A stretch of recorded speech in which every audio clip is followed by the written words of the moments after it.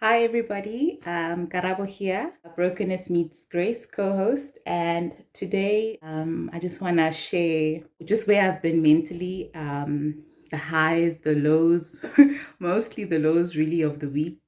Something that I don't know, maybe some of you may know, not all of you, is that I deal with, like, I think everybody really. It's not a um, something new, I think many people are shocked when it comes to me, because of how confident I may seem, recording and on this channel particularly, but also with the way that I look. People are very confused or shocked to find out that I'm, severely self-conscious. It literally is such a, or in the past, it was such a predominant aspect of my life. It has gotten better, leaps and bounds better because of God, because of Christ, but there's still things that I struggle with on a daily basis in regards to that. And this week, it flared up through critique, you know, um, because of my self consciousness. And I mean, more now because I'm more vocal about who I am. In the past, I was just a silent self basher, if I can call it that. I would just take it in, internalize it, and not really address it or talk about it because the people validated everything I already thought of myself. But now that I'm more coming into my own, and I'm recognizing certain things about me, when critique, people lovingly, in most cases, show me or advise me, I take offense to that very quickly, because I'm still dealing with the confident slash self-confident person. And I'm always very, very reactive and emotional when people critique me, so that's definitely something that I pray every day God helps me deal with a little bit better. And I mean, this week I had a an incident with my sister, believe it or not, that was based on this channel. And just because I'm generally the person who creates most of the graphics and the imagery and just the editor and the marketer because of generally what I do. I'm a marketer. So we were just, she raised an opinion based on something that I did or created, and she was just wanting to find out um, if we were on the same page with something and if I could perhaps change it if possible, so but I took it as critique.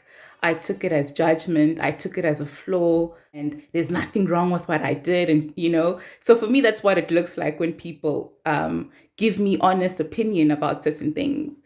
And it's just very difficult in that moment to react with grace, and to understand or hear where they're coming from. Because, of course, my sister is only looking out for my best interest. So it's never from a negative place.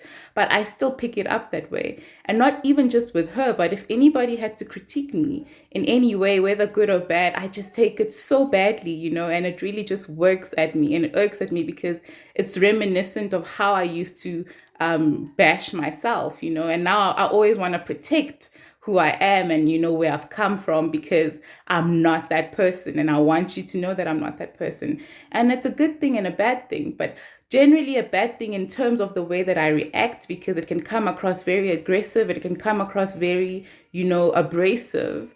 And I don't think it's a good way to bring up across any point in any way. So it's definitely stuff that God is really, really praying every day that He helps me just take critique and advice a little bit better because it's good for you. No one knows everything. No one is perfect in anything. It doesn't matter how many years you've refined your craft. It's always good to get advice and pure and honest opinion and good opinion, right? Opinion that builds you, not breaks you, not destroys your confidence, but just helps you steer in the right way, in the right direction. So it was difficult for me to swallow. I had to go to bed, and then only in the morning after I prayed and I took it to God was I able to see it a bit differently. It still niggles at me. It's something that I really, really struggle with because of the way that I generally view myself.